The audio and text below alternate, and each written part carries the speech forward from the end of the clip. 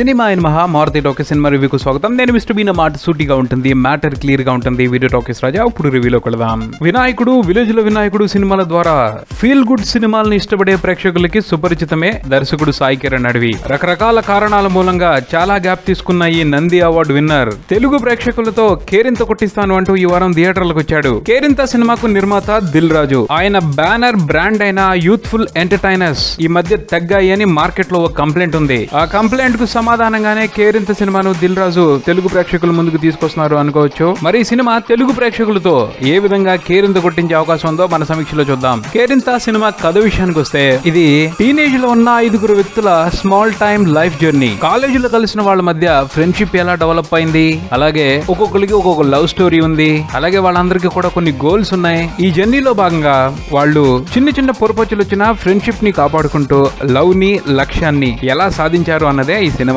పూర్తి కథ. విశ్లేషణ విషయానికి వస్తే ఈ కేరింత రొటీన్ గానే అనిపించే ఓ విషయం ఉన్న సినిమా. కథగా చూసుకుంటే ఇలాంటి కథల్ని తెలుగు సినిమా ప్రేక్షకులు చాలానే చూస్తున్నారు. కథనంగా చూసుకుంటే ఈ ఫార్మెట్ లో కొన్ని సినిమాల్ని బాగానే ఎంజాయ్ చేసాం ఇప్పటికే. అలానే ఓ మాదిరి సినిమా నాలెడ్జ్ ఉన్నవాళ్ళు కూడా కథ నడుస్తున్నప్పుడు తర్వాత ఎటువంటి సన్నివేశాలు రాబోతున్నాయి, కథ ఏ విధమైన మలుపు తీసుకోబోతుంది, ఎలా జరగబోతుంది అన్న విషయాల్ని పసిగట్టేయచ్చు. దాదాపు అవే జరుగుతాయి కూడా. ఇలా ప్రేక్షకులు సినిమాని ఎంజాయ్ చేసే విషయంగా కొన్ని నిరాశపరిచే అంశాలు ఉన్నప్పటికీ ఈ కేరింత సినిమా ఆకట్టుకుంటుంది. అదే ఈ సినిమాలో ఉన్న గమ్మత్తు. తెలిసిన కథనే మళ్ళీ మళ్ళీ తీసి ప్రేక్షకుల్ని ఆకట్టుకోవచ్చు. ఎలా అంటే ఉండాల్సిన ఫీల్ సినిమాలో ఉన్నప్పుడు, పడాల్సిన ఎమోషన్ కరెక్ట్ గా పడ్డప్పుడు ఇలాంటి విచిత్రాలు జరుగుతాయి. కేరింత సినిమాలో కూడా ఇదే జరిగింది అని చెప్పుకోవచ్చు. ఈ సినిమా మీద హ్యాపీ డేస్ ప్రభావం, 3 Idiots సినిమా స్ఫూర్తి పుష్కలంగా ఉన్నాయి. సినిమా జరుగుతున్నంతసేపు ఆ 2 సినిమాలు ఎక్కడో చోట తగులుతూనే ఉంటాయి. అయినా కూడా ఈ సినిమాని చక్కగా ఎంజాయ్ చేయొచ్చు.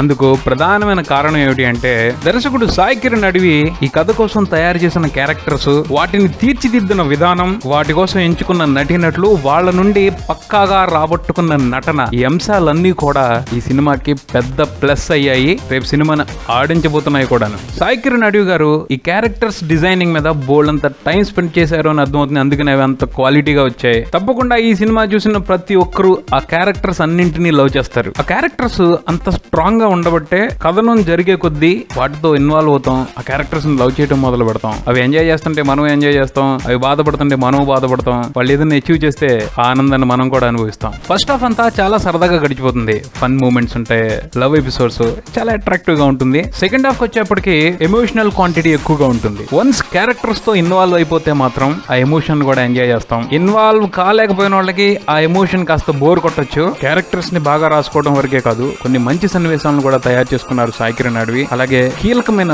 సంఘటనలు వచ్చినప్పుడు అబ్బూర్రావు గారి మాటల పనితనం కూడా బాగా పనికొచ్చింది ఈ సినిమాకని మాట్లాడుకోవాలి. క్లైమాక్స్ ని చక్కగా డిజైన్ చేశారు. ఎమోషన్స్ అన్ని కూడా మనసుకు హత్తుకుంటాయి. ఈ సినిమాకి సంబంధించి క్యారెక్టర్స్ తో పాటు ఎక్కువగా ప్రేక్షకుల మీద ప్రభావం చూసే అంశం మరొకటి ఉంది. అదేమిటి అంటే మిక్కీ జే మేయర్ బ్యాక్ స్కోర్. కేరింతలో ఉన్న ఫీల్ ని, ఎమోషన్ ని ఆయన నెక్స్ట్ లెవెల్ కి తీసుకెళ్లారు. ఆయన కంపోజ్ చేసిన పాటలు కూడా ఆకట్టుకుంటాయి. పాటలు అన్నింటినీ కూడా నీట్ గా పిక్చరైజ్ చేశారు. సాంకేతికంగా అన్ని విభాగాలు మంచి పనితనాన్ని కనబరిచాయి. సినిమాటోగ్రఫీ, ఎడిటింగ్, ఆర్ట్ అన్ని డిపార్ట్మెంట్లు కూడా ఈ సినిమా అందంగా రావడానికి వాటి వంతు కృషిని అవి చేశాయని మాట్లాడుకోవాలి. అలాగే దిల్ రాజు నిర్మాణాత్మక విలువలు ఉన్నతంగా ఉన్నాయి. అలానే ఈ సినిమాకి సంబంధించి ఆయన తీసుకున్న కేర్ చాలా వరకు ఈ సినిమాని బెస్ట్ గా నిలబెట్టింది అని చెప్పుకోవచ్చు. ఎందుకంటే ఓ 30 రోజులు షూటింగ్ జరిగిన తర్వాత ఆ రష్ అంతా తీసేసి మళ్ళీ కొన్ని చేంజెస్ చేసుకుని కొంతమంది ఆర్టిస్టులు మార్చి షూటింగ్ చేశారు. అలా చేయటం ఈ సినిమాకి చాలా కలిసి వచ్చిందని మాట్లాడుకోవాలి. నటీనటుల అభినయం విషయానికి వస్తే కేరింత సినిమాకి సంబంధించి ఇంకో బెస్ట్ అంశం ఏమిటి అంటే లీడ్ యాక్టర్స్ పెర్ఫార్మెన్స్. 6 కూడా చాలా బాగా చేశారు. Sumanth Ashwin, Sridivya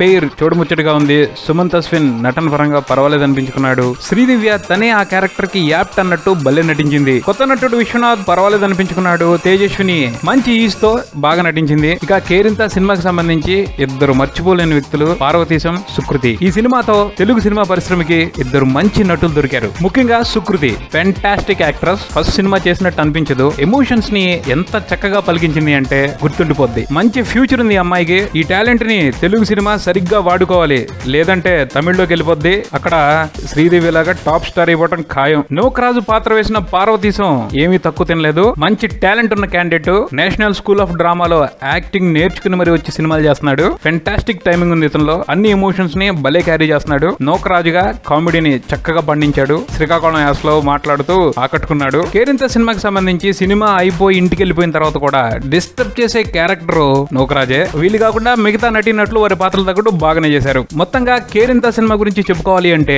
happy days, 3 Idiots అన్నాం కదని ఆ సినిమాల రేంజ్ లో ఊహించుకుని వెళ్తే డిసప్పాయింట్ అవుతారు. ఆ సినిమాల మాదిరిగానే ఉన్నప్పటికీ ఈ సినిమా కొన్ని ప్రత్యేకతలు ఉన్నాయి.